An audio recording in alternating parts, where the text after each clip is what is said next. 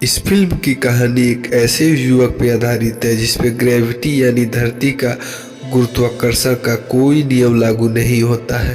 आप भी सोच रहे होंगे ऐसा कैसे हो सकता है। तो फिल्म की कहानी एक तूफानी रात में शुरू होती है जिसमें एक नातालिया नाम की प्रेग्नेंट औरत कार से जाती है और उसकी माँ एलिना कार चला के उसको हॉस्पिटल ले जा रही होती है। नतालिया को लेबर पेन हो चुका था, इसलिए उसकी माँ इतने बारिश के बावजूद भी जल्दी से हॉस्पिटल ले जा रही होती है और जैसे भी करके हॉस्पिटल पहुंचा देती है। और आगे दिखाया जाता है कि एक हॉस्पिटल होता है जो कि कस्बे में होता है। इसी की वजह से वहाँ कोई भी रात को स्टाफ नहीं होता सिवाय एक नर्स के। नर्स को लेके यहाँ हॉस्पिटल में बस 3 ही लोग रहते हैं। नर्स को कुछ समझ में नहीं आ रहा था कि वो क्या करे। आखिरकार एलिना और नर्स मिलकर नतालिया की डिलीवरी कराते हैं। बहुत लेबर पेन और दर्द सहने के बाद से नतालिया एक बच्चे को जन्म देती है। बच्चे को देखकर ये तीनों काफी हैरानी में पड़ जाते हैं, क्योंकि वो बच्चा नर्स के हाथ में आने के बजाय हवा में उड़ने लगता है। ऐसा इसलिए होता है कि वो बच्चा बिना ग्रेविटी के बिना पैदा होता है। इसके बाद से नातालिया अपने बच्चे को गोद में उठा के कहती है कि ये कोई आम बच्चा नहीं है, ये एंजल है। अगले पल हम देखते हैं कि माँ बेटी अपने बच्चे को लेकर हॉस्पिटल से एकदम से भाग जाते हैं। नर्स उन्हें रोकने की कोशिश करती है लेकिन वो पीछे मुड़ के नहीं देखते।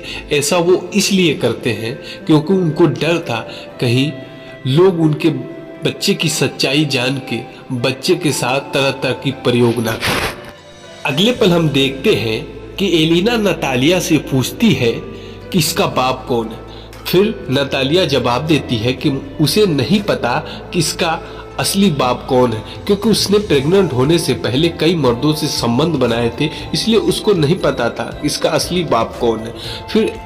फिर एलिना नतालिया से कहती है कि ये कोई आम बच्चा नहीं है, इसके सबके नजरों से छिपा के रखना पड़ेगा।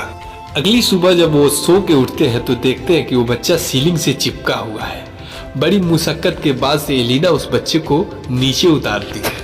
इसके बाद से एलिना नतालिया पे गुस्सा होती है और इसी जगह पे नतालिया अपने बच्चे को ऑस्कर नाम देती है। अगले शॉट में दिखाया जाता है कि कुछ पड़ोसी महिलाएं नतालिया के घर उसके बच्चे को देखने के लिए आती है। वहीं एलिना उनका स्वागत करती है और घर में बुलाती है और बच्चे का राज उनके सामने न आ जाए इसीलिए नतालिया उस बच्चे को बेल्ट के सहारे झूले में बांध देती है जिससे ऑस्कर का राज न खुले। महिलाएं ऑस्कर को छूने की कोशिश करती है लेकिन वहीं एलिना उनको साफ मना कर देती है और उनसे कहती है कि इस बच्चे को छूने से डॉक्टरों ने मना किया है क्योंकि इस बच्चे को छूने से उसको एलर्जी हो जाएगी। और उस घटना के बाद से एलिना और नतालिया अपने घर के सीलिंग को चादरों और बिस्तरों से ढक देती है जिससे ऑस्कर को हवा में उड़ते हुए चोट न लगे और वो ऊपर ही सो सके। दिन बीतते जाते हैं। अब ऑस्कर 6 साल का हो गया था और वो घर के चारदीवारी के बाहर कभी कदम नहीं रखा था क्योंकि उसके नानी और माँ को डर था कि कहीं उड़ते उड़ते ऑस्कर आसमान में न चला जाए। और एलिना उसको घर पे ही पढ़ाती थी। बाकी के टाइम ऑस्कर टीवी देखता था और उसका फेवरेट शो था बैटमैन। वो बैटमैन की तरह बातें करता था।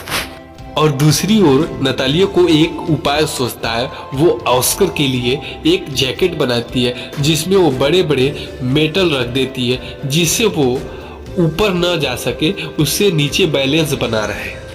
और नतालिया की तरकीब काम कर जाती है और ऑस्कर घर में आम लोगों की तरह चलने लगता है।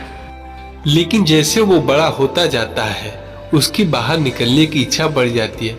इसी बीच वो एक दिन घर से निकलने की कोशिश करता है और नाकाम हो जाता है। इसी बात पे एलिना नतालिया पे गुस्सा करने लगती है और नतालिया अपने माँ से उलट ऑस्कर का सपोर्ट करती है और उससे कहती है कि वो उसे रात को कभी कभी घुमाने ले जाएगी और बैटमैन की तरह वो अपने राज छिपा के रखेगा। ऑस्कर इस बात को मान जाता है।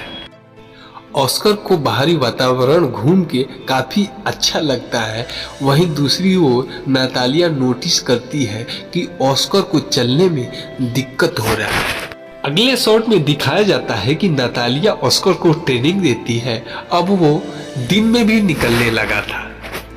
ऑस्कर को बाहर निकल के नॉर्मल जिंदगी जीने के लिए बहुत खुशी महसूस होता है, और दूसरी ओर ऑस्कर के बाहर निकलने का हर तरफ एक चर्चा का विषय बना होता है, क्योंकि नतालिया और उसकी माँ ऑस्कर को दुनिया से छिपा के रखा था और उनको अचानक ऐसे बाहर निकलने में आसपास के पड़ोसी लोग हैरान में पड़े हुए थे। इसी बीच नतालिया एक दिन ऑस्कर को बाजार लेके जाती है और उसको बाहर रुकने को बोलती है। अगले पल ऑस्कर एक बच्ची से टकरा जाता है। उस लड़की का नाम अगाथा था और अगाथा के हाथों से 2 बोतल छूट के नीचे गिर जाते हैं और ऑस्कर को मदद करने के लिए कहती है, और ऑस्कर इसके लिए मना नहीं कर पाता है और वो अगाथा के पीछे उसके घर तक पहुंच जाता है। काफी चलने के बाद से ऑस्कर थक जाता है। वो अपने जैकेट में पड़े मेटल को जमीन पे फेंक देता है, लेकिन अगाथा के रखे हुए उस दोनों बोतल के कारण वो हवा में नहीं उड़ पाता है।